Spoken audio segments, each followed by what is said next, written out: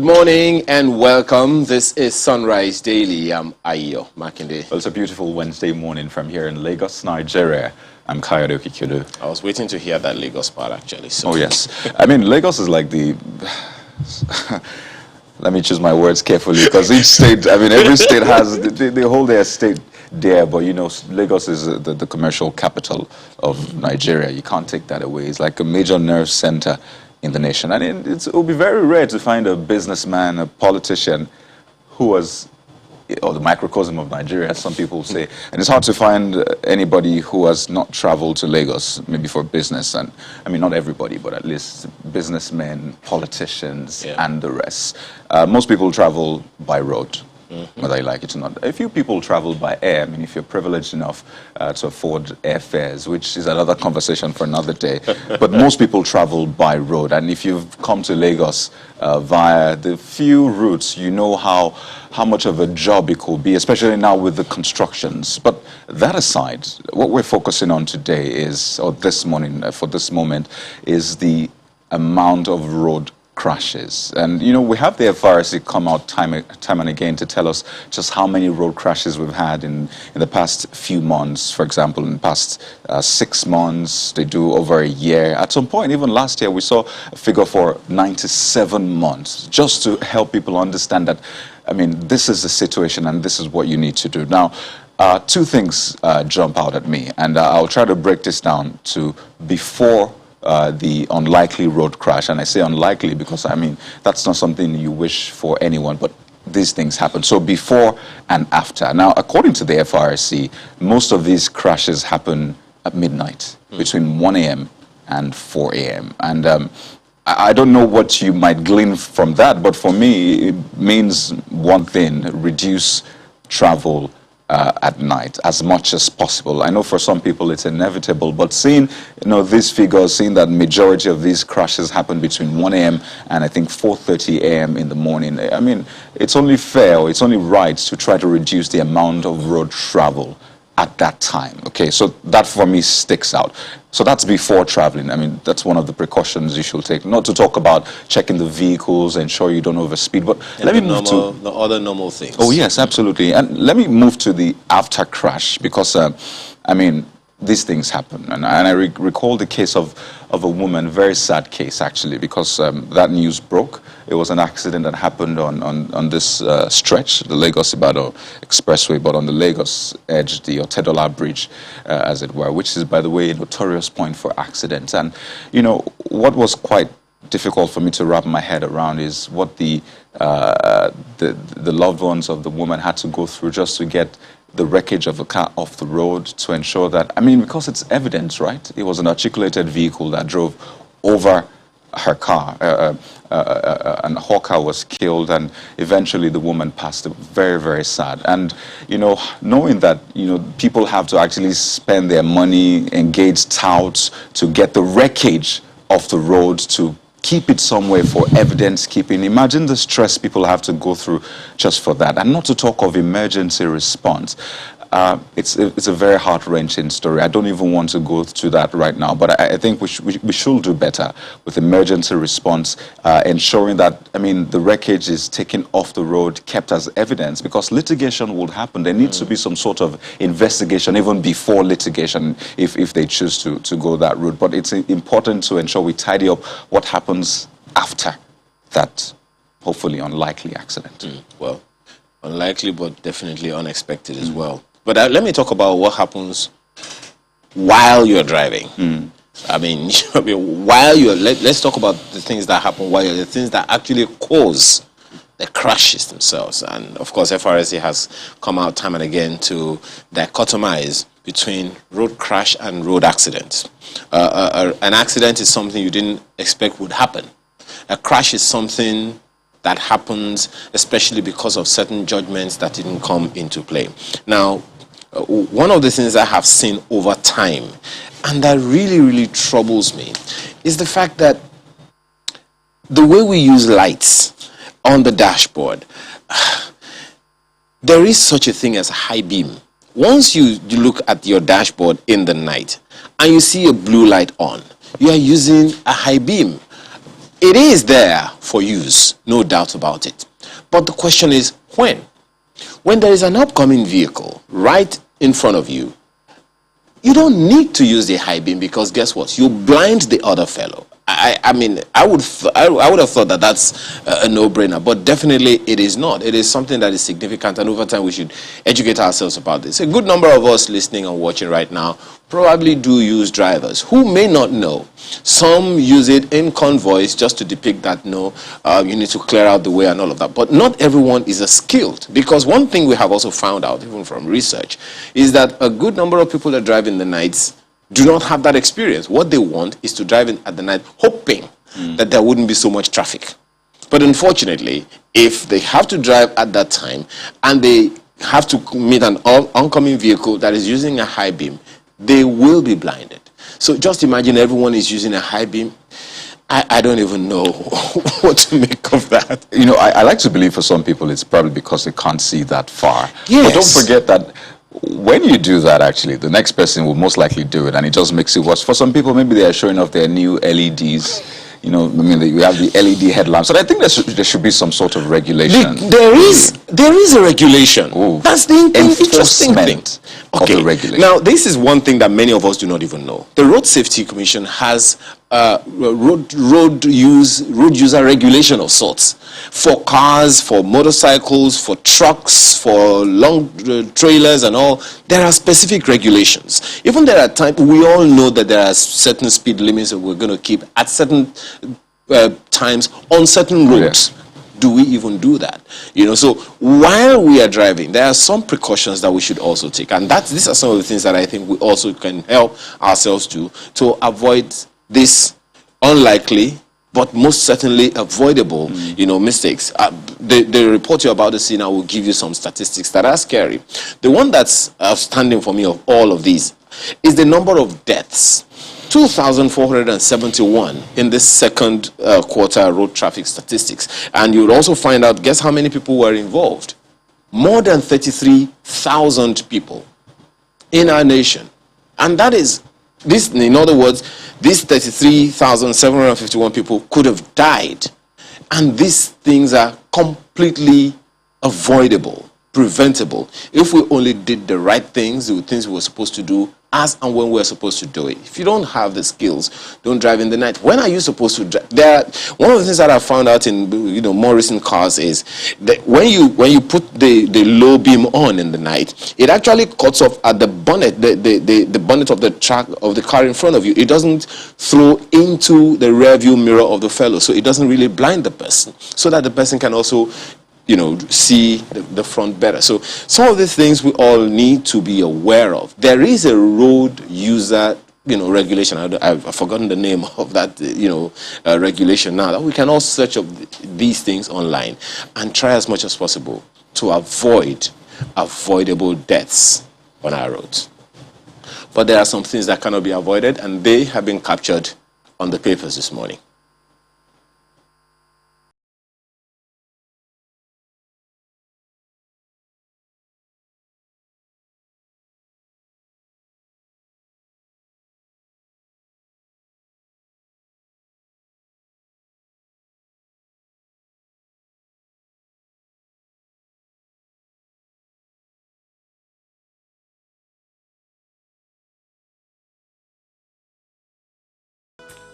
But that's the first paper to take a look at this morning, the Leadership newspaper, and it's about insecurity. What you see right there, that one is in red right above the word Tofa. Tofa, Yayale, Ahmed, Jega, Agwai, others move to save the North. Find the details on page 4. Form Abuja Roundtable.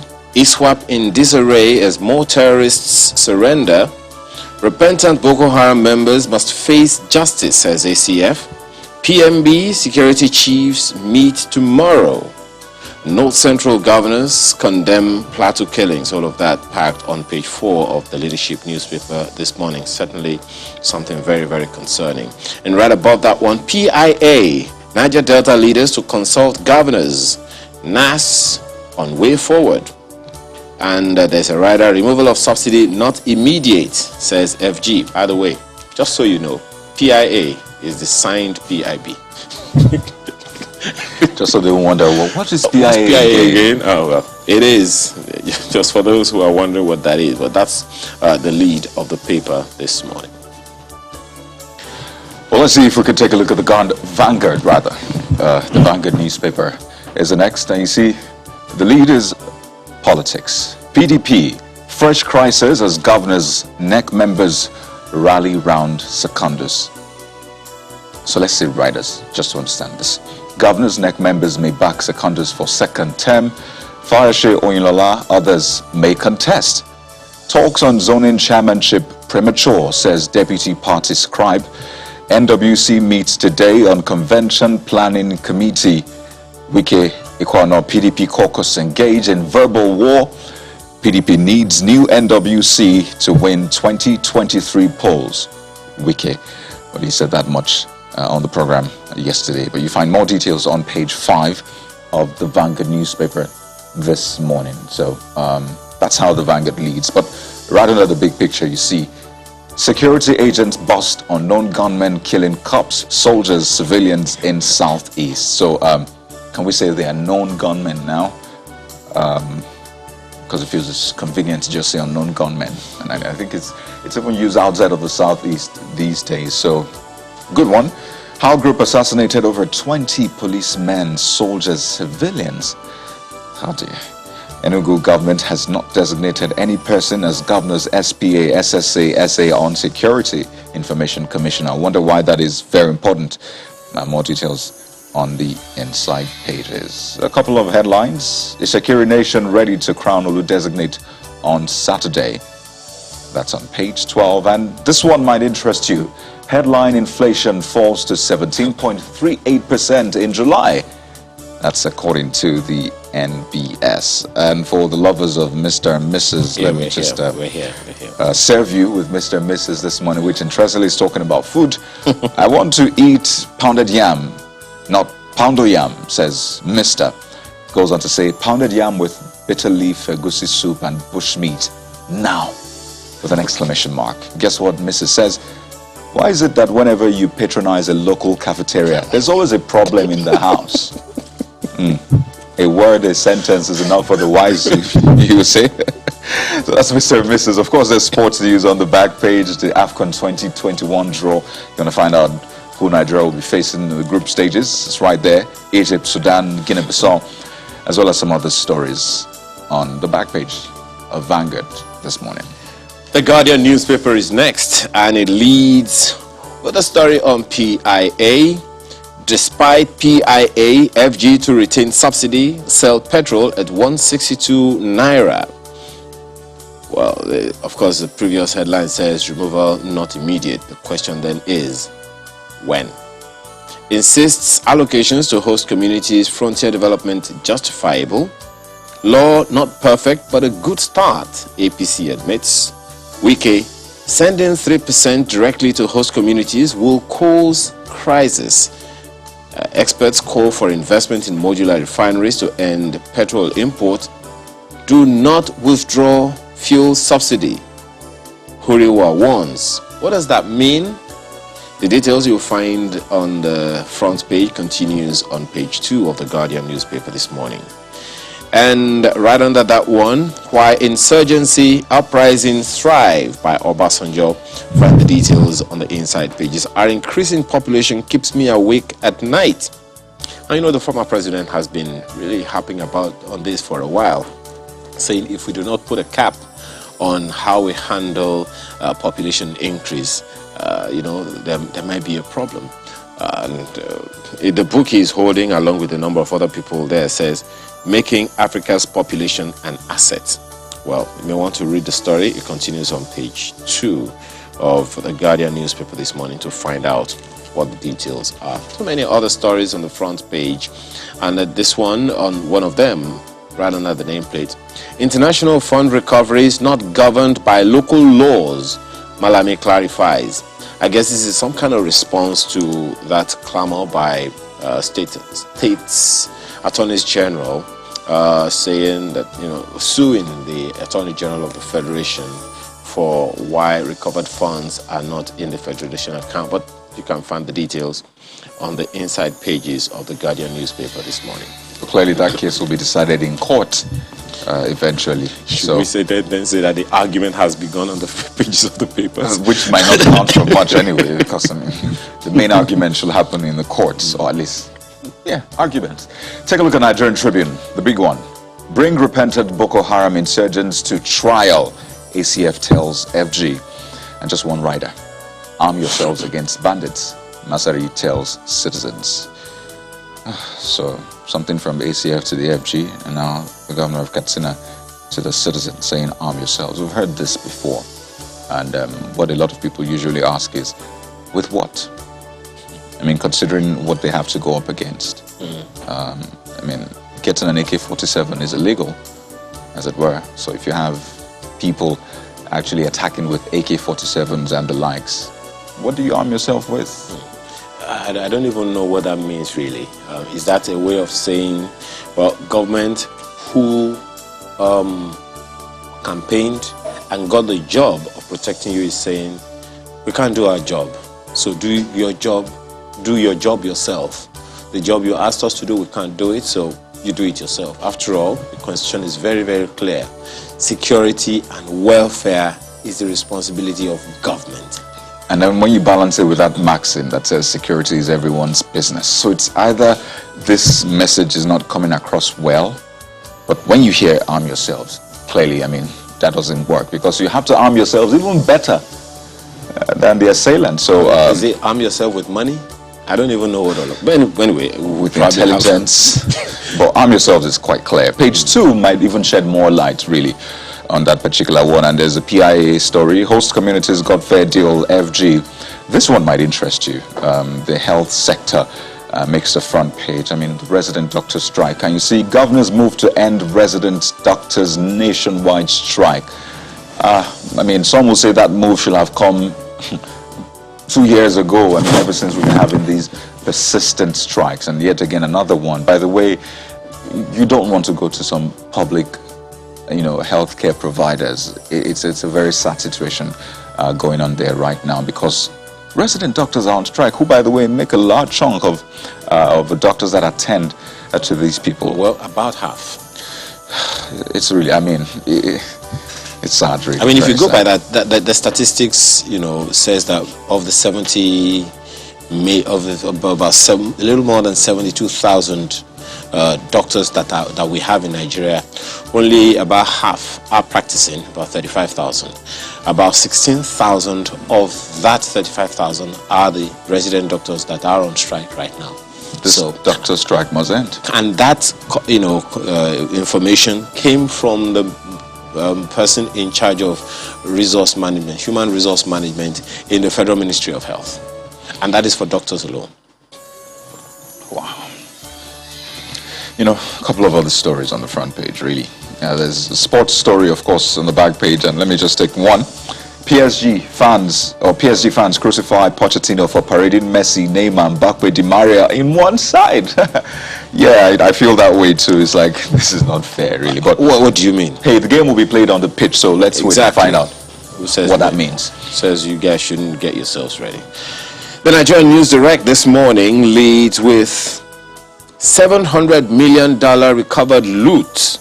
36 states sue FG over non-remittance into Federation accounts. The story is on page 3 of the paper this morning. And right under that one, right under the picture you see there, NNPC Limited to kick off in 6 months. Okay. You may want to find out the details about that one. It's on page 3 of the paper today. Nigeria's inflation rate drops to 17.38% in July. Story is on page 3. Good question anyone would want to ask is, I don't feel it. Well, let's see what's on the front page of Daily Trust. Daily Trust newspaper leads with a reminder, really, why Tegina Yari students remain in captivity over 2 months after 2 months. That's over 60 days. This is not normal. Imagine being in captivity, and I mean, hearing the tales of people that have been kidnapped, it's never good, never good. So being there for 2 months. Just imagine. Government bandits leader in talks for prisoner swap. Informants frustrating negotiation. Parents see Bethel School abductors insist on 80 million naira ransom. And then this one from Niger Commissioner saying our position will not change. Now you see 3 pictures there that show what's happening in Afghanistan with the headline, Taliban promises respect for women, press freedom as thousands flee. It doesn't look like that is going away anytime soon. Oh, you might also be interested in that story on the front page of Daily Trust that talks about the price of cooking gas dropping. That's a hope. The Blueprint newspaper has this one: 1.8 trillion naira recovered loot, 450 billion naira assets. FG, beg your pardon, 36 states drag FG to Supreme Court, alleged diversion. Find the story on page 6. Seek return to Federation account, want RMAFC to design sharing modalities. Recoveries governed by international conventions, not local legislation, says Malami. SULT will promote openness in government. That's according to CSOs. All the details are on the inside pages of the paper this morning. And right under the nameplate, Buhari, Lawan, Atiku, others mourn as ex-deputy speaker Mantu dies at 74. Find all of that on pages 6, 8, and 13. And on page 7, FG Mall's National Day for Senior Citizens. Find the details of that on page 7 of the paper today. And let's take a look at Daily Times. Our increasing population keeps me awake at night. Obasanjo. And there's another headline, or maybe footline, right, because it's on the bottom of the front page. 6 of my priests have been kidnapped. It's according to Kaduna Catholic Bishop. I mean, let me just say again, this is not normal. This is not normal at all. That's the Daily Times for you. And that's the papers. Today, we're back to take on the issues for the day. Well, as you can see, there's been a transformation in the petroleum sector already, with the name change from PIB to PIA. Well, that might sound like it's a little on the comical side, but then there is a lot more to it now as an act as opposed to it being a bill, a proposition. Now it's a law that has to be implemented, and a number of things have already begun to show up. The most prominent so far of which is the word percentage. 3%, 30%, 65%, and all of that. And what they all mean for the average Nigerian, especially the host communities. So much to unpack on that one, but it's a conversation that will continue to take place, especially with regard to the diversity of opinions about the whole law. Joe Wakwe joins us this morning. He is former chairman, Society of Petroleum Engineers, Nigerian Council. He is former SA to the Honorable Minister of State for Petroleum and partner Zera Advisory and Consulting. Thank you very much for joining us. Thank you. He is also here along with Israel Aye, who is partner, commercial and energy law practice, Candelp, and director, Aspen Energy. Thank you so much for joining us, sir. Thank you very much. Let me begin with you, Mr. Nwakwe. You have seen all of this. Perhaps you want to, first of all, help us understand, are we overly focusing on inanities? Some would say there is definitely a lot more to talk about concerning the Petroleum Industry Act, but the one that's most prominent now concerns the percentage, the host communities, and as opposed to the one to the frontier basin. Do you think that that attention is necessary, or it's a diversion? Well, I think it has to do with our country, right? The law has many components. The law we have today deals with a whole lot of things that affects the industry. And I've said before, the industry contributes 60-70% of our total revenue. So it's important that we pay attention. Nigerians should know. But whether we focus on the host community provisions, it's just a minor bit. Remember, prior to this period, we were looking at 4 bills out of this. And the host community is just one of 4. So if all the focus is on this quarter, then something is wrong. The bill looks at the fiscal arrangement, which is probably the most critical piece in this puzzle. It talks about the institutional framework.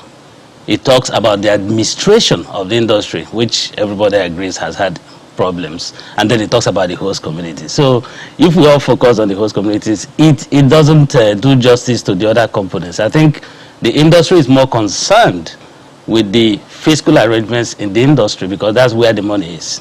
And I think, pardon me, so which do you think is better? Because you referenced that plan of bundling, break it down. Do you think it's better to, to have passed and signed it this way as one unit, or to have broken it down as was, muted in the past? Well, looking back today, I think what worked is the best, right? What worked is that we did it as one, and we got it to pass. We've tried 4, and we couldn't pass even 1. So I will imagine that looking back, people will say, we wish we did this, took this route earlier. But, nevertheless, we have a new law.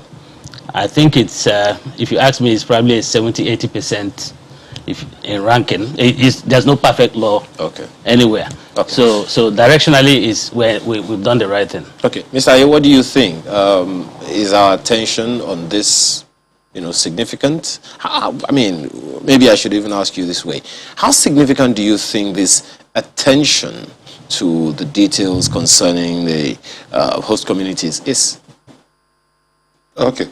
Yeah, thank you very much. I'd like to begin by agreeing with Joe that it is something of a red herring and perhaps an easy sound bite and perhaps a distraction in some sense. And I probably will explain what I mean by that. And again, in our environment, we're prone to being sensational. We like sound bites. We like the things that trend, and those things that we can fly with. But in terms of informing people, I mean, let's even take some of the numbers. To take the host communities number. So when you say 10%, 5%, 3% of what? 10% that was proposed around about 2008 and 2009. In fact, I think the 10% was floated around the 2012 iteration, because we remember some of that history. And 10% was supposed to be 10% of the profit of the operating companies. Now, if you understand how many of the upstream operating companies are set up or established, they are deliberately set up as loss-making entities. Okay? As loss-making entities, because the structure of the joint venture arrangement is such that you win, work, and carry away. What you share is crude. And then the profit-making element of that particular structure is the downstream entities that are largely not here. So if you went with 10% of zero, what you'll have gotten is zero. So what they've anchored back to now is a percentage of the operating expense of the previous year. And if I was to echo something the GMD said, he said, look, what we should be focusing on is the absolute value that this delivers in terms of benefits transfer to the communities. The absolute value that this delivers to the communities. So we're talking about a global potential, the potential for a global fund of about $500 million to the communities. And you have to make a distinction between benefits transfer to the communities and a development agenda for the region. This is the first time that we're coming up with a framework that seeks to directly deliver benefits to the communities where petroleum operations are taking place. That being the case, it is something to chair. Of course, it may not address the issue of forgive me if I say the more emotive issue of resource control, which is a different argument altogether. But in terms of... My apologies, but that emotive angle is quite significant to some. Perhaps that's why the attention is so serious, because the money is an issue, the numbers are significant, but those emotive actions have cost lives. Perhaps that's the reason for the attention. I don't know how much of that, has really been addressed, by this PIA, especially given if you retrospectively look at that judgment of a case that lasted 30 years and that's just been finally, agreed, and now we can now move on with it. So those emotive issues, it would seem like to the people who are directly concerned, who have lost lives and livelihoods, they need to be addressed as well. What do you think? Yeah, I mean, so, the responsibility that those of us on this set and elsewhere have is to engage the issues, to articulate them, and to communicate what they are and what they mean to the public. And what I like about what you've said is to capture it. And I think you've captured both what I'm referring to as the emotional or the sort of social justice dimension of it, of resource control. Is a separate conversation. It's linked to some other socio-political and economic themes. We can engage those.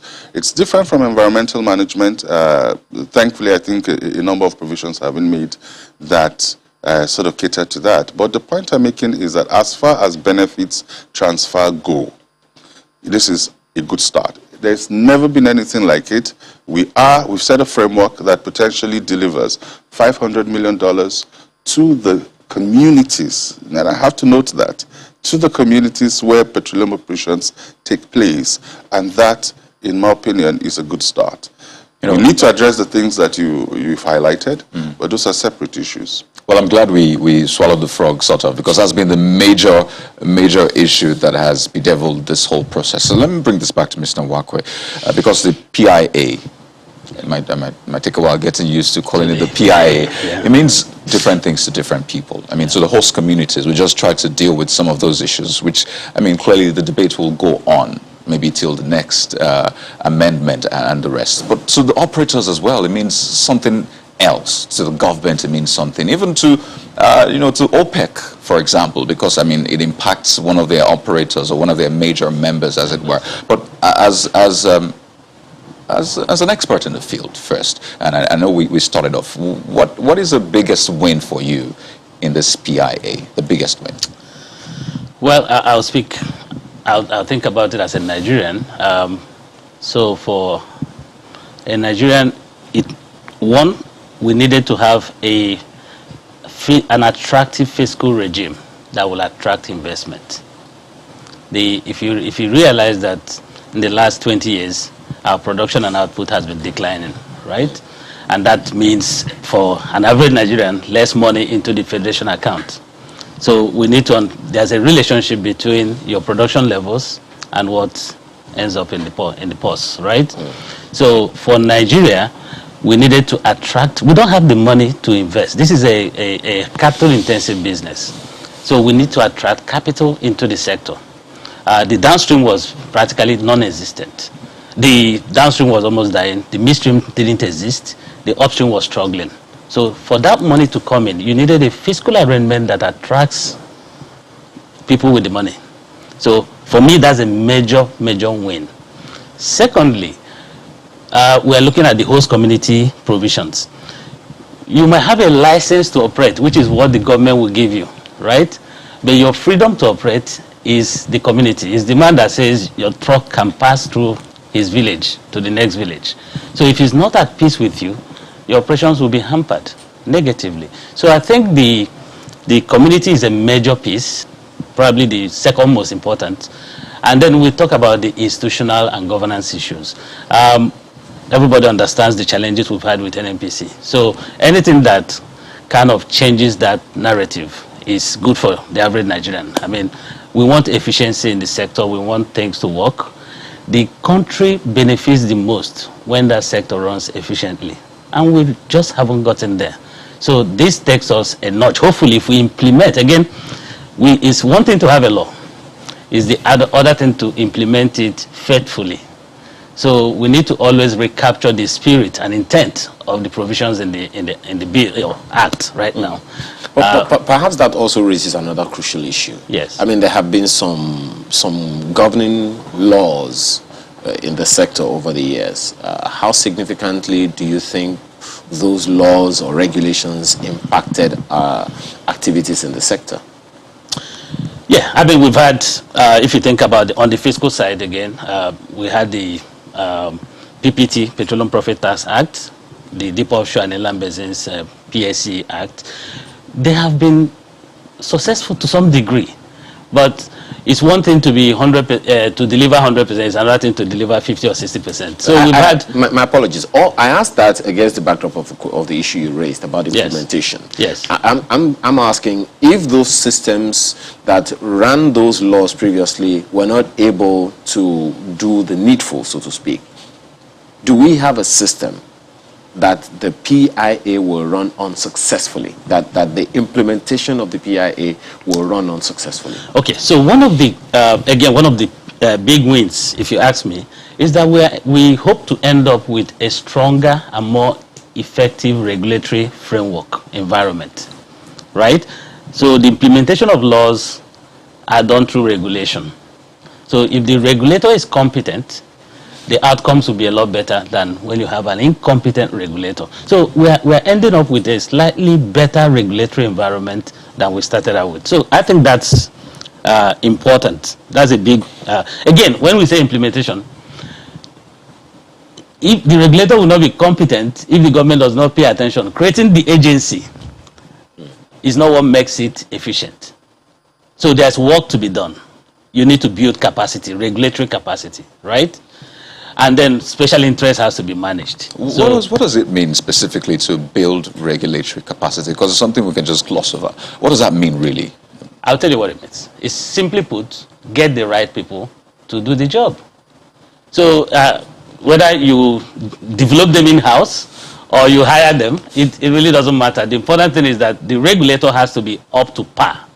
This is a high-tech industry. This is not selling paper, right? So we need to have regulators that understand the rule of the game and how to make it work. I want to ask you more about that, especially speaking from your experience as former SA to the Minister of State for Petroleum. But let me ask Mr. Aye, in terms of the governance, I mean, you have been in energy law practice, so you would understand some of the challenges that many people may not. I want to also talk about that governance, structure. Do you think we have that kind of governance structure? Speaking from, I can say that Mr. Wakwe is speaking from the government side, perhaps from his experience, but from your own private sector and legal, angle, do you see us having that structure? There are international organizations involved, there are local organizations involved, and then there is government. Do you think that structure is strong enough to bear the weight of the PIA? Okay.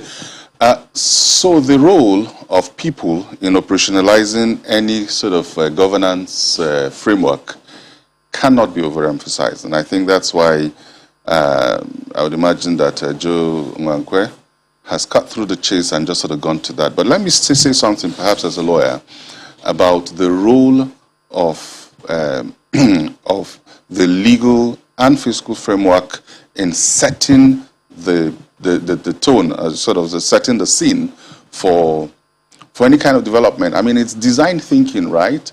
That's probably where we're coming at it from. That a lot has to do with design. I mean, I take the view essentially that order makes for growth. And I've heard this expression many times when people say things like, oh, Nigeria, the problem is not the laws. We have many laws in our books. It's implementation. And it's, maybe thinking more as a lawyer who's particularly interested in law and development, I say that that's not entirely correct. I mean, you cannot build a skyscraper on the foundation of a bungalow, of a one-story building. And that's probably the way to look at the petroleum industry, that if you look at the principal legislations, beginning with of the previous era, and so, of the previous era, notably the Petroleum Act, which was enacted in 1969, and then on the back of it, the Fiscal Act was the PPT, the Deepwater Act, so-called, it was a fiscal act, effectively. If you look at what was the framework of the petroleum industry, it was a little more than a licensing regime for upstream operations. Oil. And I need to add that it wasn't even a licensing regime for gas. I mentioned that the last time I was here, that it was a little more than that. And so if you picture somebody who's built a bungalow and decided to expand, and maybe the family is growing, and then you add a room here and you add a room there, that's fine. You can't build a skyscraper on that same foundation. If you want to take this to 10 stories, to 20 stories, you need to bring the house down, reconstruct the foundation, and get it up. Thankfully, I believe that we have that. And I agree with the previous speaker that it's probably somewhere in the 70, 80 sort of percent, and that's good for a law. So let me give you a sense of what we're talking about. You asked me specifically about governance, right? Now, what was the governance framework for the petroleum industry under the previous regime? The entire responsibility for policy, regulation was vested in one individual. The Petroleum Act vested every power, duty, responsibility about governing the industry in the person of the minister, whoever that is.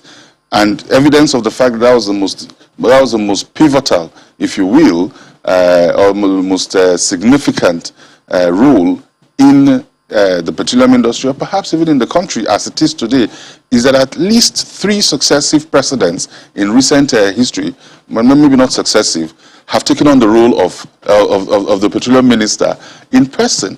But what has happened with the Petroleum Industry Act now is that we've actually created an institutional framework.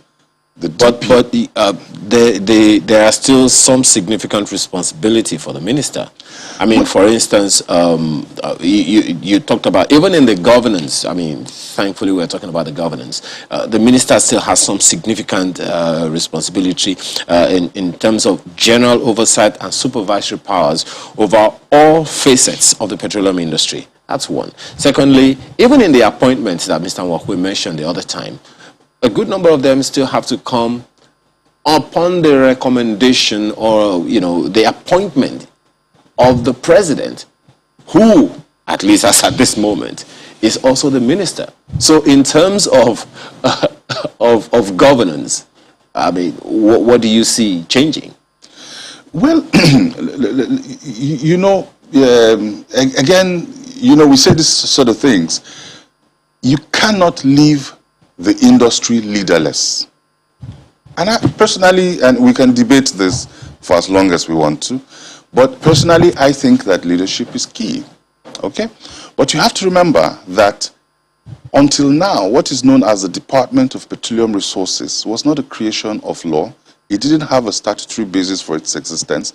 In fact, its only legitimacy was the fact that it was a delegate of the minister's responsibility to regulate. So the DPR was not an entity known in that sense to, and I don't want to say not known to law, it's just a group of people who were exercising the powers of the minister. Today you have a commission with a duly elected management, I mean, a board and management, I mean, at least on the books. Do you understand what we're saying?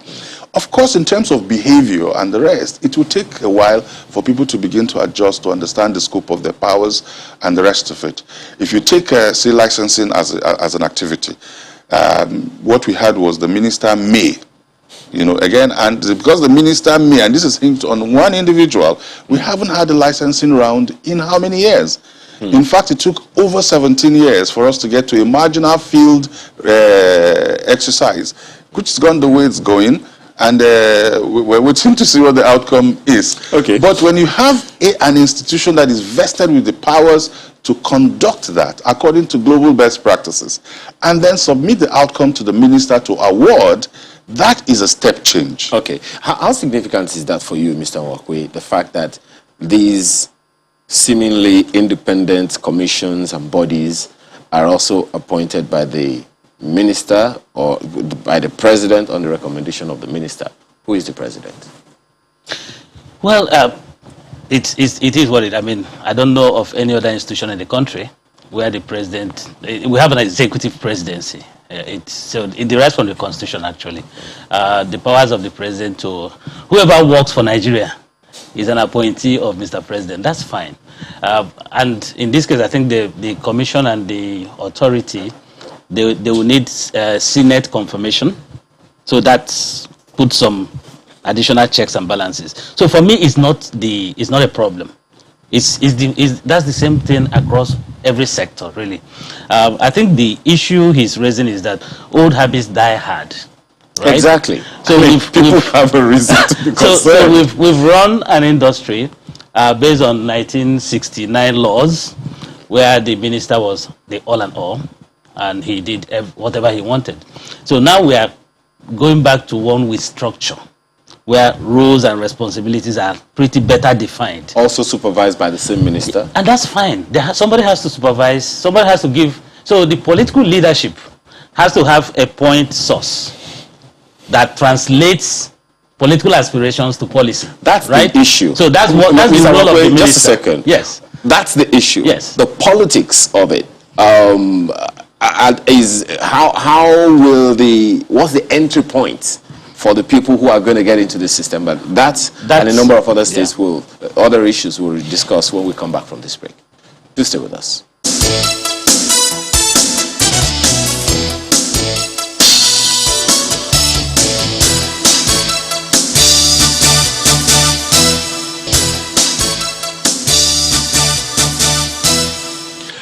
Well, thank you for staying with us, Mr. Israel Aye and Mr. John Wakwe are still with us. Let me come to you, Mr. Aye.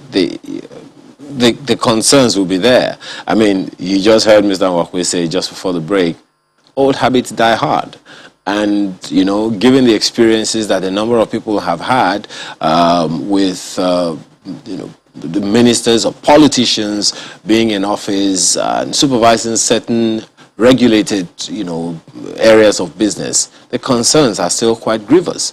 Take the Ministry of Communication and Digital Economy, for instance, and the overbearing influence, so to speak, on the NCC, the Minister of Information and Culture, and the media, you know, various sections of the media and all of that. And people are wondering, is that the same thing that is going to happen, especially in the light of this PIA, given the President and the Minister of Petroleum Resources such tremendous powers? How do you see that affecting the effectiveness or efficiency of the sector of the law? Okay, I mean, so my attitude essentially is that we can't throw the baby and the bathwater away. I probably take the position that the powers of the minister under the Petroleum Industry Act are not as omnipotent, or they're not as omnipotent and all-encompassing as they were under the Petroleum Act. And it's important to make that point, that under the Petroleum Act, they were totally unfettered. It was all-encompassing. It simply just said the minister may. There was no framework, no fetters, nothing. And Nigerians need to understand that we now have a structured governance framework, an institutional framework. We have set up regulators. We have set up, as a matter of fact, the only sort of missed opportunity for me is the policy support organization. And again, we didn't just have the will to eyeball that and to deal with it. What would have completed that cycle for me, no doubt, is to create a commission, like a Petroleum Commission or Directorate, whatever name you call it, to act as a policy support system for the minister, so that it will have perpetual succession, and minister in and minister out, it will be able to provide that kind of support. In my opinion, the Minister of Petroleum, and I say this with great trepidation, which is a component of the civil service system, may not be adequately equipped to provide that kind of support to the minister. And again, if you think about the fact that the NNPC Corporation is about to transform into a purely commercial entity, it will feel to me that the minister is left largely to sort themselves out, and it will then depend on what sort of network they can arouse and what kind of team they can gather around themselves. But even if a minister raises a good team, you may not have what I call perpetual succession, you know, or continuity of policy policy thrust. That for me perhaps was the opportunity missed, right. And I don't know if there will be a chance to deal with it. Other than that, we have a framework, and remember what I said earlier, that order makes for growth. You know, I said earlier on that this act means different things to different people. I mean, you've spoken as a stakeholder, an operator, as it were, in that sector. But we have other operators that might not be registered, the Nigerian people, for example. And, I mean, that makes up a huge population of the stakeholders in that particular sector. And for a lot of people, the question has been, okay, we saw the process of the lawmaking. They saw the scuffles, by the way, earlier in the year with the host communities. They saw the process, the debate on the floor of the House and the Senate, and the eventual scuffles as well. The whole drama that played out. And you know the question the average Nigerian is asking right now is, so what does this mean for me? So when I go to the filling station, for example, what does it mean for the price of petrol, for the price of kerosene, diesel, gas? I mean, we saw some things on the front page this morning relating to the sale of gas. So let's start from the wins, maybe for the average Nigerian who uses petroleum products. When you look through the act, what do you see that you think Nigerians should be excited about? That's for Mr. A first, then I'll come to Mr. Nwakwe. Okay, I mean, so thank you very much. Again, if I echoed something that my friend and colleague said earlier, it is that it is for the Nigerian people that we're here. I mean, if we wanted to have a conversation with ourselves, we can pack ourselves into an echo chamber and talk the terms we know and can relate to. But let me say something quickly about what that should mean. I mean, this is a win for Nigeria. In the sense, I mean, let me start with the big picture and see how far I can get with it. In the sense that for the first time, we actually have deliberately designed legal and fiscal framework for incubating a petroleum industry. As a matter of fact, I have taken the position before now that we have either no petroleum industry or a fledgling petroleum industry. What we've had, particularly with respect to upstream operations, is a mining or extractive industry. And you need to know the distinction. What do I mean by that? Because the main activity is to win, to work, and to carry away. The focus of the so-called Nigerian petroleum industry was export.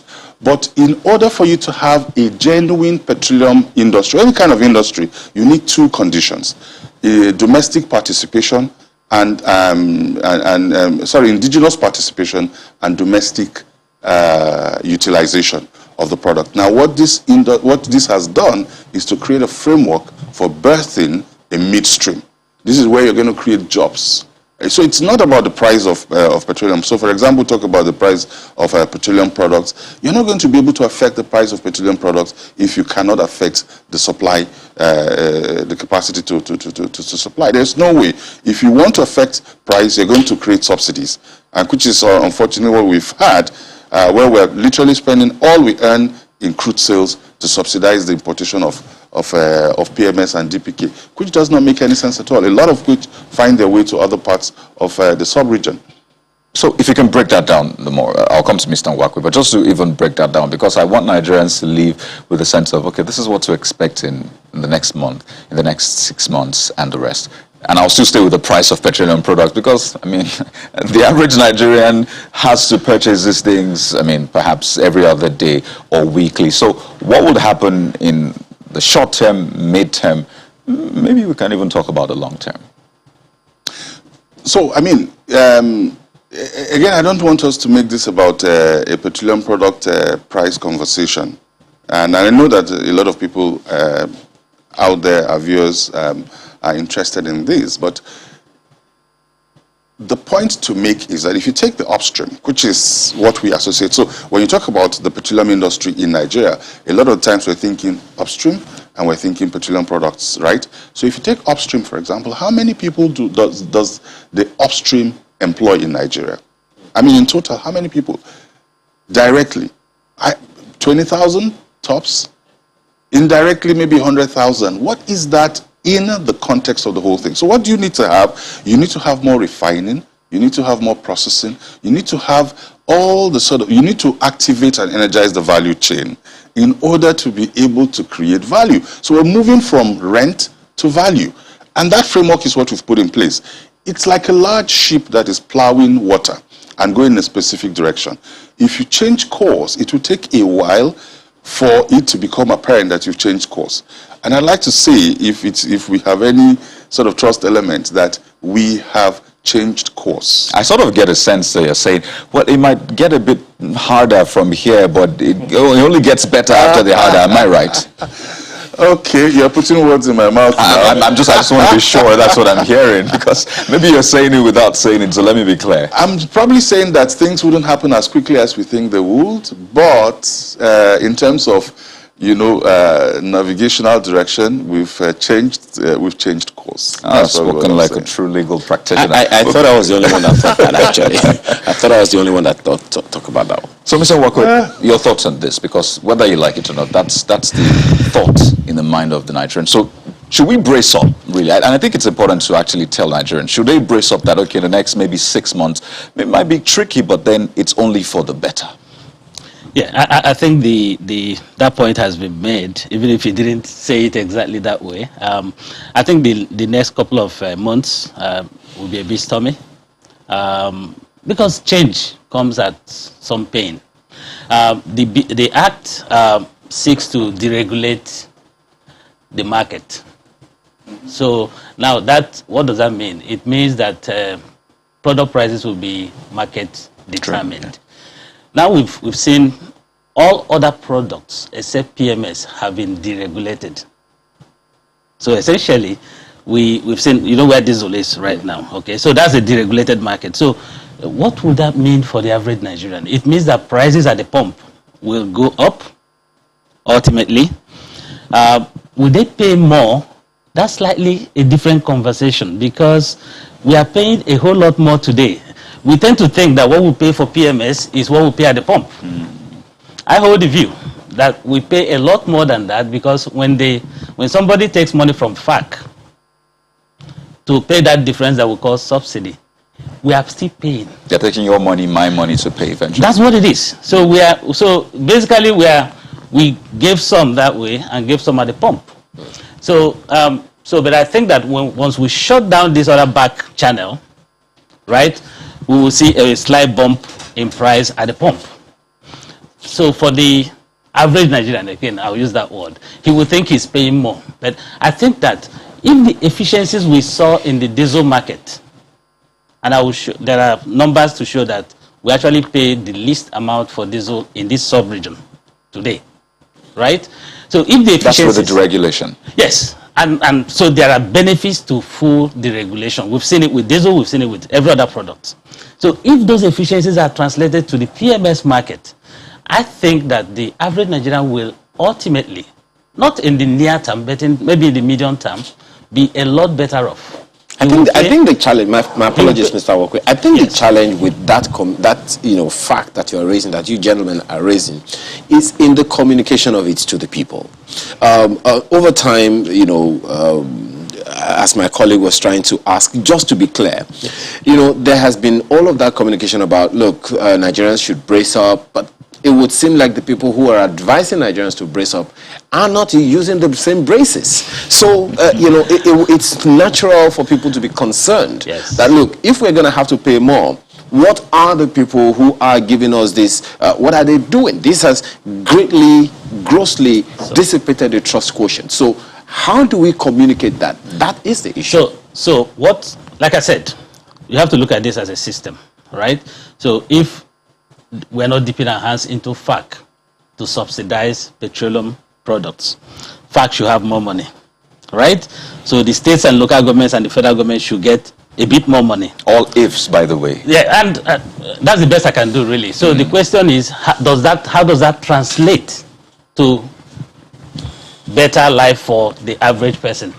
I hope we can hold our political leaders responsible for that. How does the law help us to do that? This law is outside the purview of an industry law, and this is important.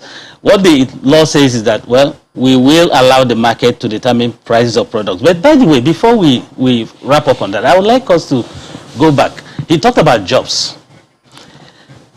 One of the key wins in this law is that it opens up the midstream that didn't quite exist, right?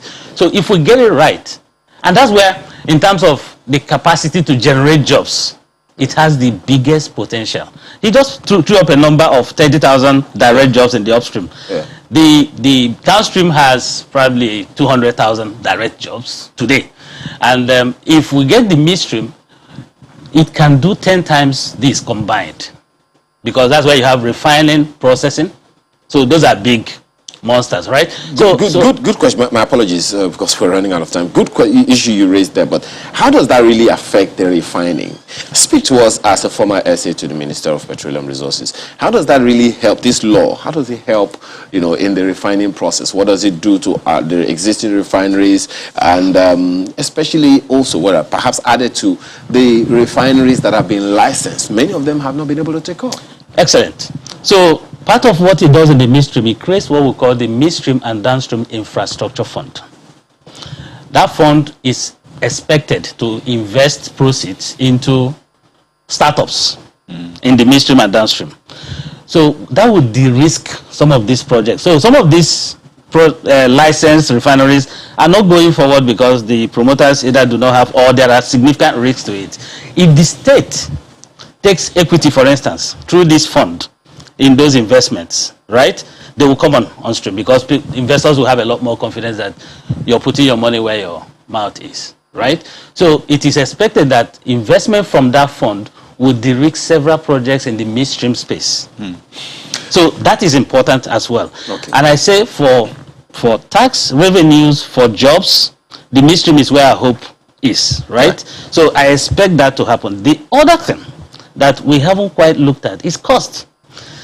Before now, we did not have a statutory cost control mechanism in the sector.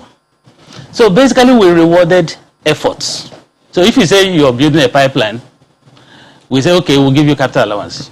Go build a pipeline. That's an incentive, right?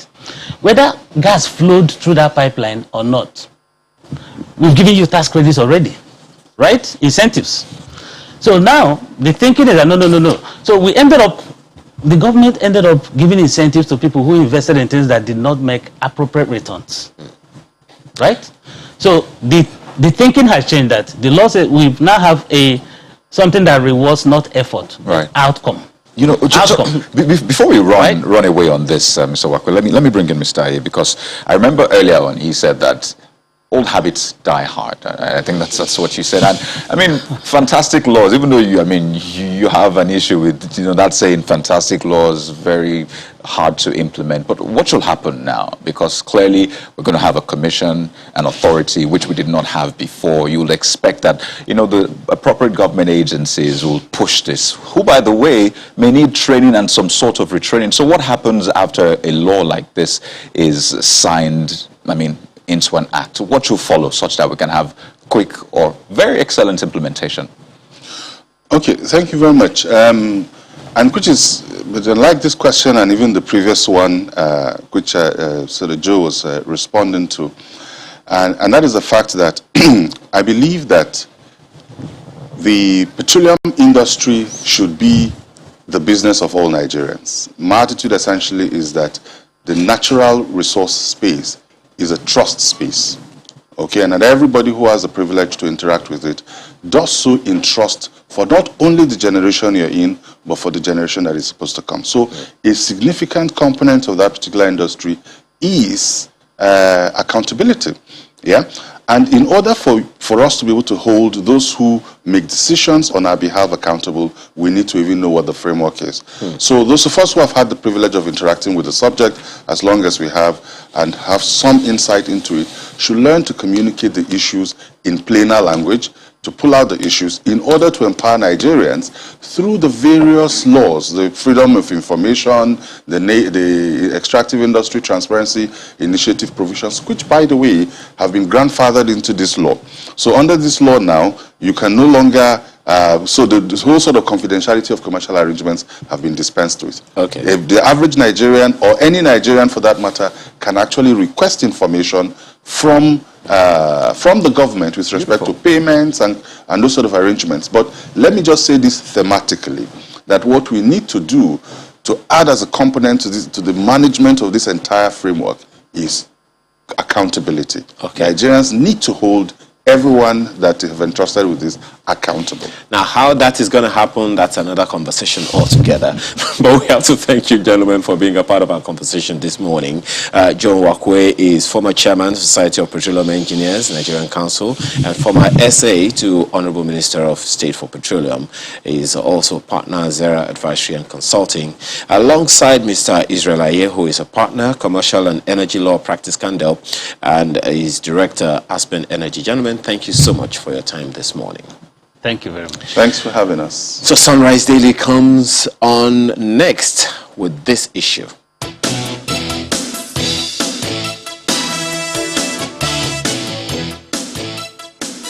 Well, different day, same issues, same conversation, insecurity, kidnapping. I mean, we're not just focusing on Zamfara State alone. And this morning we're being joined by Captain Umar, who's a former Army officer and CEO of Goldwater and Riversand. It's great to have you on the program, Captain. I mean, I'd like to begin first from that statement you heard the government officials saying. I mean, you have farmers saying they can't access their lands, and the government officials saying, well, he's challenging anybody to come to the state and see for themselves. What do you make of that? We'll deal with other issues, but I just want to start off with that and get that out of the way.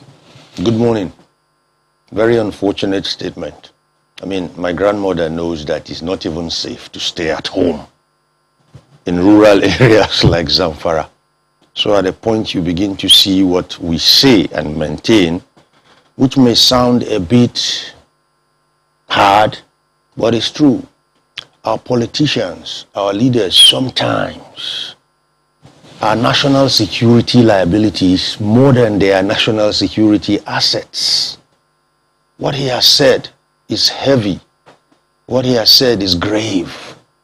I don't know what made him say that, but anyone in this country, I mean, in my state, in my own state, a sitting commissioner last week was taken away on a motorbike by these people. And I'm looking at some gentleman there telling me, come to Zamfara. I dare him to spend a weekend in any of the rural areas in Zamfara, not on anyone's farm, just in one of their homes. So that statement was unfortunate. Sometimes silence is golden. You know? Well, yeah, but perhaps he is speaking, from the perspective of what our security officials are doing. The army, of course, is very active in these areas, and security apparatus of government have been, greatly dispensed in these areas. Perhaps he's speaking from that perspective as to what our security operatives are doing, risking their lives on a daily basis in these communities. Let me tell you what our security operatives, the army, the police, the DSS, just name them. Let me tell you what they're doing. What they're doing is akin to following someone holding a basket of papers and littering the place, while they just have to keep picking litter. What do I mean? A lot of our politicians throw the litter around. What you see today as insecurity are fallouts of what you can call misgovernance, exclusive governance. They're all reactions of people to these things. And the poor boys in uniform with the guns just go and do the cleanup after some people have done the messing up.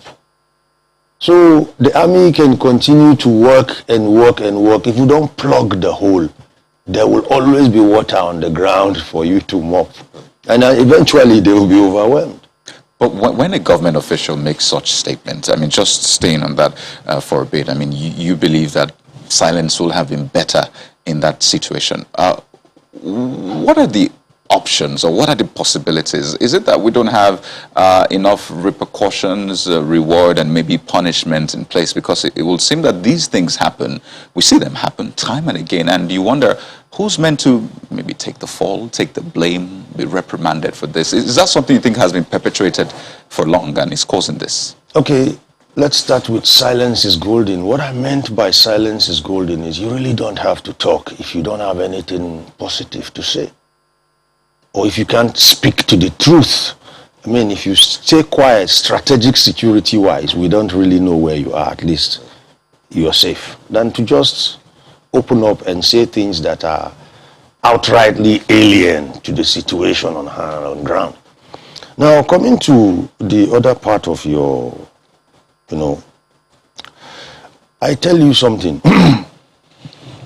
Right from time, far back as 2014, when I started coming here, the same things we've said, recycle.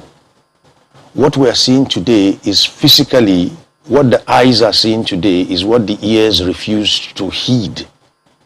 If you could go to your archives, you do sound bites. Just go to your archives on any of these issues we're speaking about. You see something Ali said, replay it. I wasn't a prophet, nor was I a doomsayer, but it's happening. And the reason is simple. If you do your projection analysis properly, and you project where you're coming from, where you are, dispassionately, truthfully, then you will be able to gauge to a certain level of accuracy, if no intervention is given, where you will be in XYZ time. Not rocket science. I once said they're getting bolder. They're doing more daring things. Well, I sounded like, they called them whalers then, right, on social media. But today they've pinned the governor down. Today they've taken a sitting commissioner of police, and God knows what they will do next. That issue in Zamfara State, especially the abduction we saw in the school in Bakura, 20 students abducted, 3 security operatives were killed. Now, what would maybe shock Nigerians is exactly a month before that attack. We saw the head of the school speaking about the attack. He was abducted a month before that attack. They say lightning does not strike twice, the same spot. But it struck twice. Even the second one was deadlier. So how is this like lightning striking not once, not twice, not 10 times, 20 times at the same spot? There are 2 key possibilities, again, projecting it. The 2 key possibilities are, it's either the lightning, as you called it, striking, is endorsed by those at the helm of affairs. Not by the God of lightning. Not by the God of lightning now. You know, when you keep complaining to the problem, you actually become the problem. So we've been crying. They've been doing more. And we've been getting all kinds of excuses. Or the regulator. And when I say the regulator, now I'm not talking about law enforcement. I'm talking about our politicians. The regulator may just not know what to do and doesn't even know he doesn't know what to do. I speak professionally. You see, if you look at Nigeria through the eyes of a national security aficionado, you begin to wonder, is the Nigerian politician a national security asset or a national security liability? Financially, business people will tell you it's either an asset or it's not an asset. So if it's not an asset, it's a liability. So you begin to see excuse me, a situation that degenerates so badly that a traditional ruler on a religious day after the Salatul Eid declares a fatwa on headsmen. Why would he do that? The Emir of Muri, that's because he's not been pushed to the wall. He's been pushed right through the wall. And you still have people sitting down to tell me that no, you can go to your farm, or you didn't take permission from soldiers before you went to your farm. Now, unfortunately, that narrative, unfortunately, that narrative, by the way, you may want to take a sip of water because you cleared your throat earlier. Thank you. But don't worry, it's secure. But my question around this would be, especially concerning the policymakers, the politicians, as you call them, is it that they are disconnected from the realities, or they know what the reality is, but there is what some people will probably assume is some game plan somewhere? Is it that they are not in touch, or all these are known? Because I asked that against the background of the fact that, okay, Kadi just mentioned the fact that it's 1 month, exactly 1 month before a particular attack, the same thing repeated itself. You know, previously we spoke about this, and I said, is there a wave happening? Because at some point, we didn't have security challenges for a number of weeks, and then all of a sudden there's a resurgence, so to speak, and then you hear it in various parts of the country, Niger State, Zamfara State, Kaduna State, and all of that. Well, look at it this way. For me, as I said, I do a profile analysis. You profile the situation. The reason is because we are creatures of habit, as I always insist, and we are social in nature. So let's look at it this way. Habitually, when we, and it's on record, if you have, being media people, you should understand it.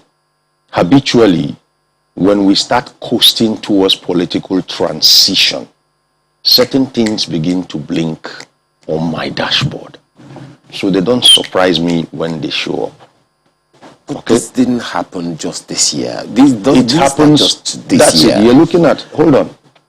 If you look at it in tranches of 4 years. Well, I'm not even able to wait 4 years. Exactly. I mean, even post 2019 elections, yes, it's happened. 2020, we heard, That's what I'm trying to put you through. If you were a meteorologist, based on the recycling nature of our national, let's assume security was the weather, you would be able to do a projection of what the weather will be like in 2023.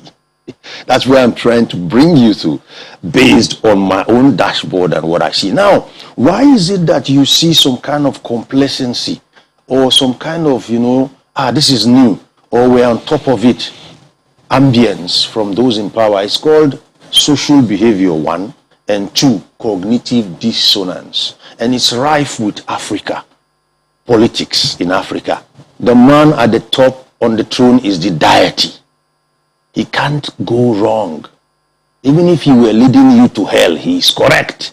Well, when we get to hell, after we're out of office, you hear things like, my hands were tied, my legs were tied. That's somebody who actually knew what he was doing. But right there, he did it. Only to come outside, we see it every day. It's time we woke up and smelled the coffee. The reason is because the cemeteries are growing bigger. In fact, these days they use tractors to dig graves. So we must wake up and smell the coffee, and the solutions are not far flung. If only we're ready to bail our cats. I've noticed a trend in your submissions. You've, as it were, you've not blamed security operatives. Not at all. You mentioned that, they're just trying to pick up the pieces that, some people are fragmenting anyway. And you've laid the bulk essentially at the table of the politician. And you've used this term time and again, security liability and assets, or assets, right? So the question now is, we have leaders across the states, across the local governments, politicians, we have them all across. And I will reference what the governor of Katsina State said recently about people arming themselves, but essentially saying that people at least have a role to play in this security. So how do people decide or determine, okay, this politician, this leader is a liability. This is what we need to do about it. Because clearly, from your submissions, if that is not sorted, we'll keep having this lightning strike time and again. Very true indeed. So let's talk about the people. The people themselves need to understand something. I wish I could have this said in all the 3 major languages. A lot of times people say security consciousness. I'm giving it to you at, I'm giving it to you, security 101, I beg your pardon. Okay? Basic, so that the average listener gets me right. When you say security consciousness, you can't be conscious if you don't know it. Example, we're sitting confidently here. We're not conscious of the fact that there is a snake behind the screen there. But the moment that thing is said now, whether it's true or not, that consciousness dawns, we will have to leave this room until it's made safer. You see, it's not about security consciousness. It's about security threats awareness. Our people must be encouraged to understand that until you know the threat, you really are not security conscious. So how does that work? The man who won't do your roads is a security threat because you're going to have accidents. Yes, the man who won't build schools and would rather see children beg on the streets is a security threat.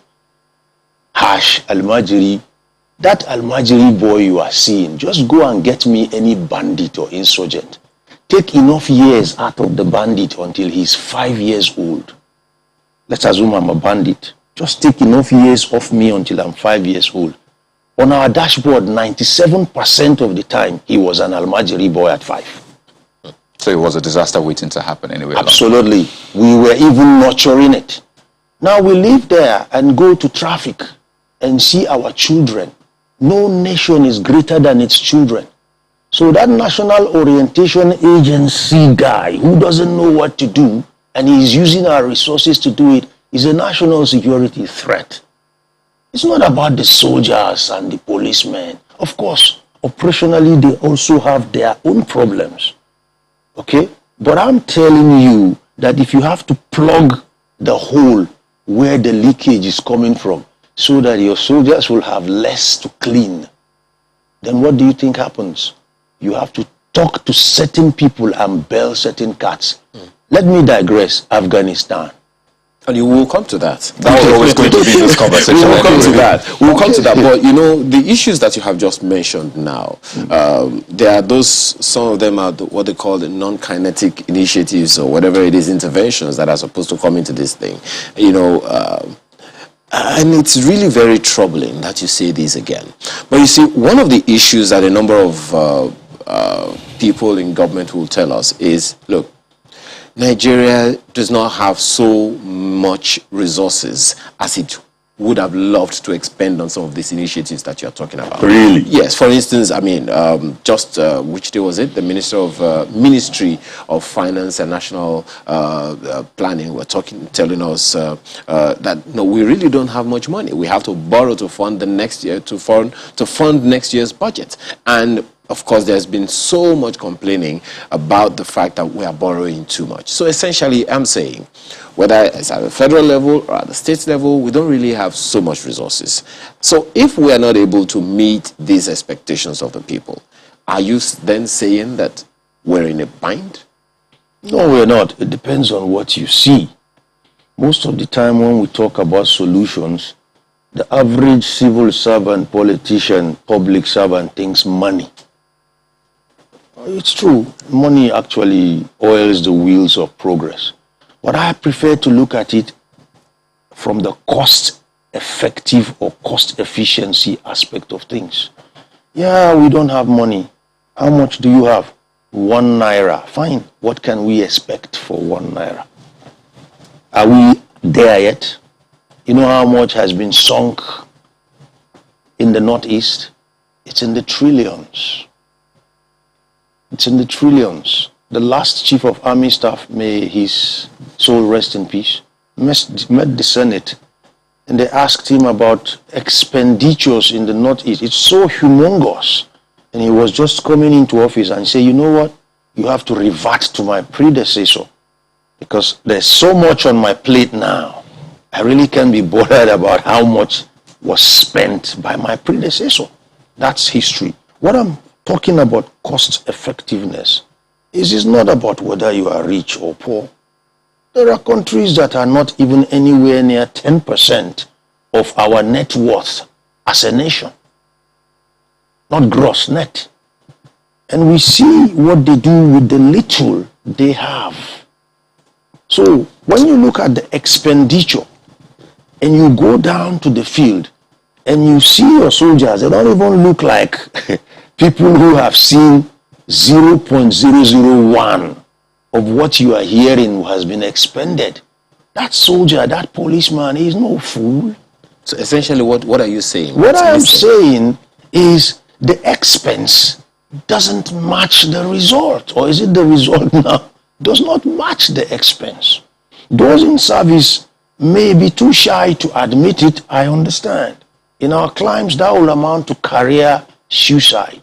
But don't forget, those of us who have been in service and are out of service by far outnumber all those in service. And don't forget, we have peers, home and abroad. We belong to groups, accredited societies, and we speak.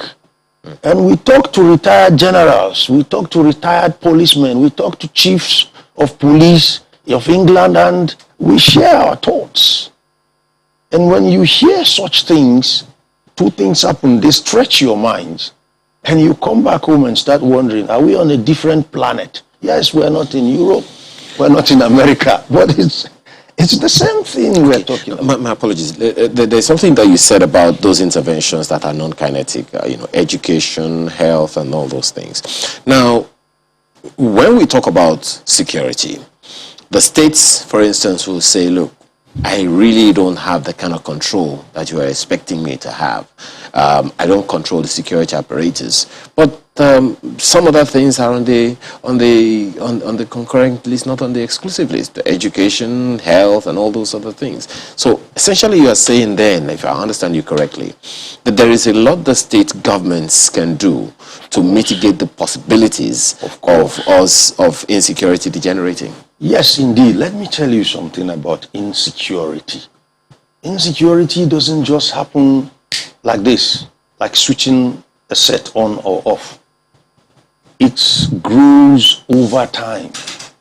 It takes years. That bandit you are seeing is probably some 20, 25 years of very carelessly left children who are now in their middle ages. They didn't just jump up and become 25 today.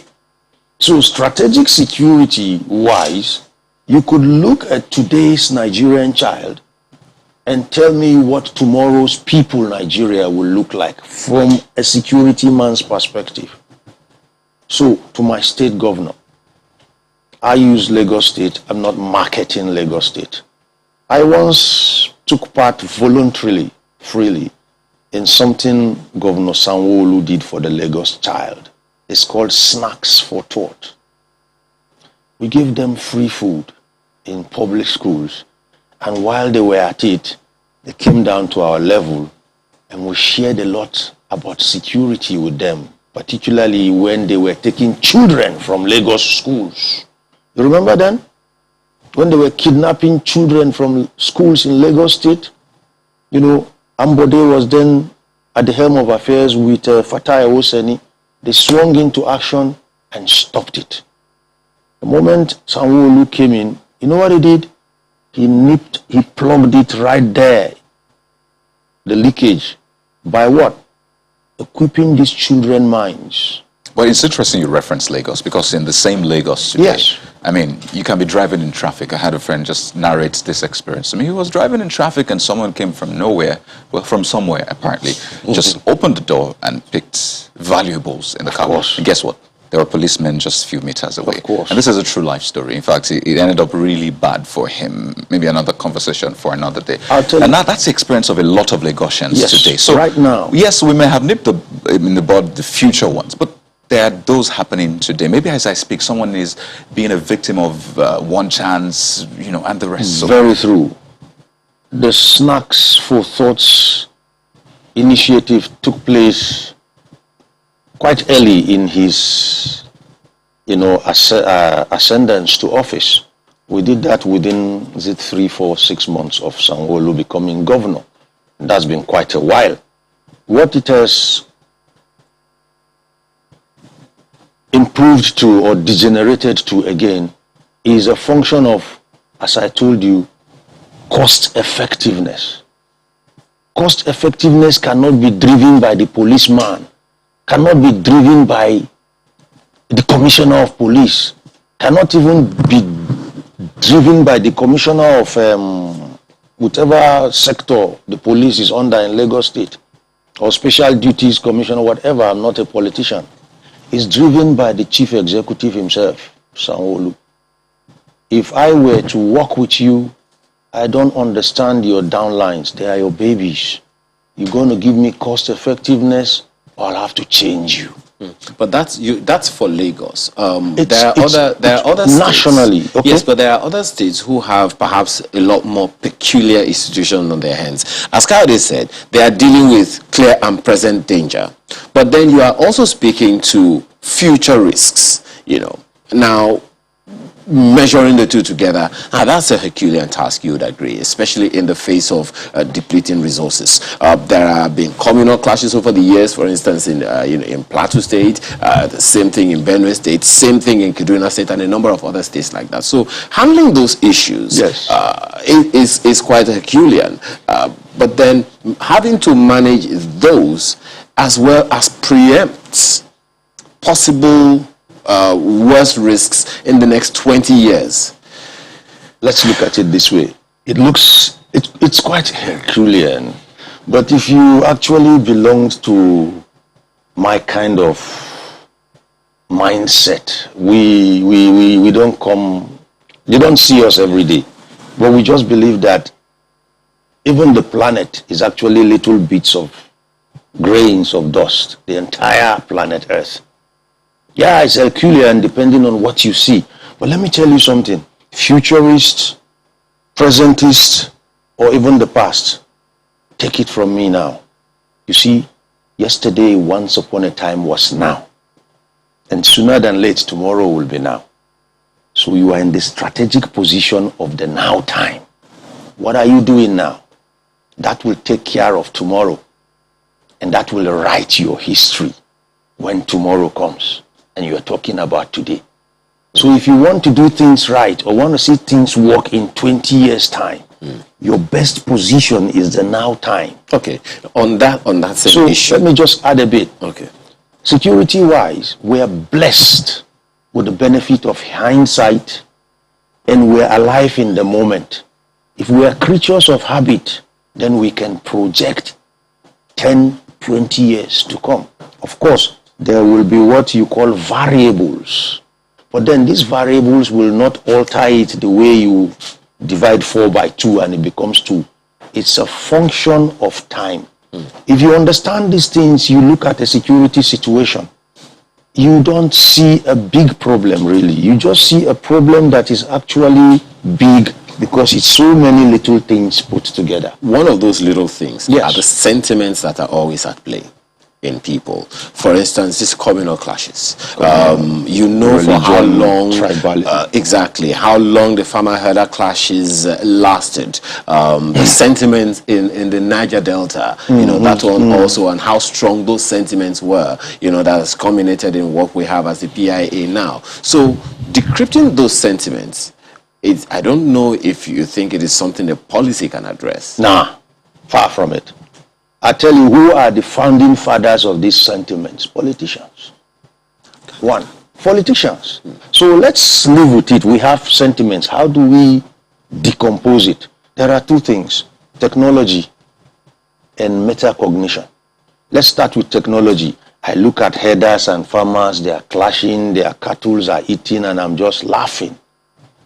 If you go to the airports today, there are devices as little as this tumbler you can hang on the control tower, and within the next 20 kilometers, no birds will fly over that airport because cymatics has taught us that there are certain sound frequencies birds don't like. Birds are bad news for our aircrafts because there's what you call bird strike. Yeah. They get, you understand what I'm saying? Now come to the farmers in the villages. All over this world, there are equipments you can subsidize the same way they subsidize petrol.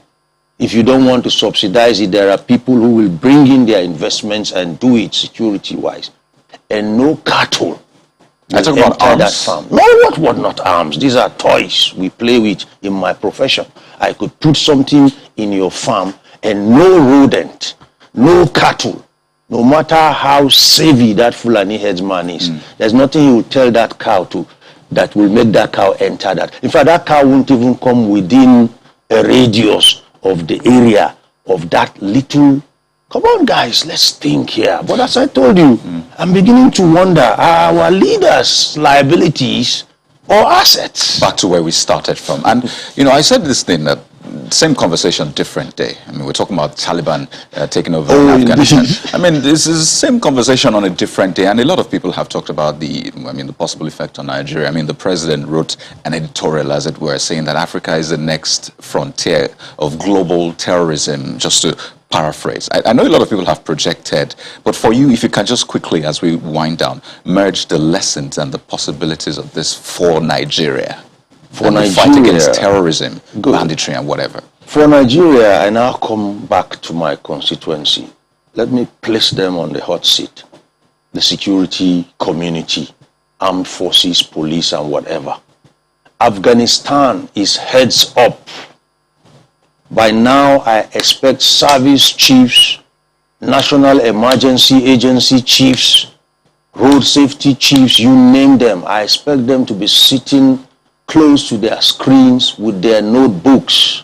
You are looking at a humanitarian crisis. How many Afghanis do we have? What's their population? Don't come tomorrow and start telling Nigerians not to take laws into their hands because if they do it, Afghanistan is an example. Afghanistan is not meant to be a refrain. It's meant for us now to be an example. Liberia happened, we were there, but there was no technology and social media as we know it today. Today life is so much easier. Sit on Afghanistan. Look at the crisis in terms of evacuation, what is required. Look at the crisis in terms of health. There's a breakdown, what is required. When you have dead bodies littering everywhere, even, my friend, Afghanistan is a big heads up, it's an opportunity. I'm sorry to say that. I sympathize with Afghanis, but this is an opportunity for us to learn. It's not meant to be a refrain and tomorrow one minister will be using it as, you know, to tell Nigerians not to ask for better and more. Captain, I think it's very important we end on that note. I mean, food for thought, something to chew on for the coming days. But clearly this conversation is not over. I would like to thank you so much, Captain Umar, former Army officer and CEO, Goldwater and River Sand, for sharing your thoughts with us on the program. Thanks. It's nice being here again. All right, well, some responses have come as a result of this conversation. Demola Lalade's mail comes first. To deal with the security challenges facing Nigeria, government needs to look at the root causes rather than trying to brush over the issues and proffering solutions that won't completely eradicate the problem. The solution is simply to provide an enabling environment for all Nigerians to thrive in their respective endeavors. Provide employment for the youths, engage with them regularly, provide basic infrastructure that works effectively, and implement laws to the letter. And you'll see how those challenges will gradually ease off. So, which mail is next? Let's take a look at the next one. That will be Alamin Ribadu. Oh, there you go. And it's on addressing insecurity in Nigeria, saying insecurity in Nigeria is too much. The federal government should do something about it. I suggest every ministry in FG should come up with a strategy to curb insecurity in our country. That'll be quite interesting. The idea of orientation and reorientation in Nigeria isn't effective as it should be. Illiteracy in Nigeria is the foundation of insecurity. The government should tackle that. Let's make our local government chairmen and councillors powerful than they are now, for they are closer to the remote places where we have insurgency, crimes, kidnapping, ethnic violence, and religious violence. The military, police, and paramilitary cannot do it alone. Frank's email is on Petroleum Industry Act. There is a lot to cheer about the Petroleum Industry Act, PIA 2021, and I commend the political will of the Buhari administration and the 9th National Assembly for bringing this law to life after many years of legislative pendency. However, my genuine concern on the 3% for hostcoms is not whether it's too small, it is who manages the proceeds in ensuring that the devastated communities get the actual values in terms of development and improvement of the well-being of the ordinary people, and the actual recipients of the adverse effects of the oil exploration activities. I worry because despite the FG Interventionist Agency, NDDC, the Ministry of Niger Delta, and 13% of oil-producing states, many of these communities still don't have clean water to drink, no electricity, no good road networks, pig-like school environment, and so on. Let me just say our mailbox is full Well, we can get more from you, so keep them coming. Festus Akiboyewa is on, his mail is on Nigeria's oil and gas industry, saying maximizing recovery of our oil and gas resources and increasing our oil production and reserves should be more important to Nigerians than the 3% host communities fund. Also, the host communities will surely benefit from cleaner environment the PIA will foster. I recall that the Ogoni cleanup, we had a report that, I mean, it's not as fast as it should be. So, I mean, these are components of a conversation we always need to put up. All right, let's take this one from Olakunjo Oladele about the same issue. The absence of the petroleum industry law created an unstable fiscal environment for the petroleum industry whilst inhibiting growth in the upstream sector of the industry. The PIA is a welcome initiative. However, creating laws or passing an act into law will not enable confidence in the sector when evidently Nigeria lacks the political will to implement laws. Well, we got your mail, Bolanle Oluwadari. Let me take this one on the conversation we had at the beginning of the program on road crashes, and this is from Wale Adekunle saying, it baffles me how civil society, or rather civil outfit, like FRC, always harps on enforcement rather than enlightenment. 80% of the people that drive on our roads are untrained. FRC should be thinking of how to train people in order to achieve better driving culture on our roads. Absolutely. Very, very true indeed. Well, that's the Sunrise Daily today. Thank you so much for watching. As Kaude said, keep the mails coming in. Your reactions are always welcome. I'm Ayo Makinde. Well, how about this? Pardon me for enlightenment. Drive safe, right? So that's our own enlightenment. I'm Kayode Okikiolu. Thank you for joining us.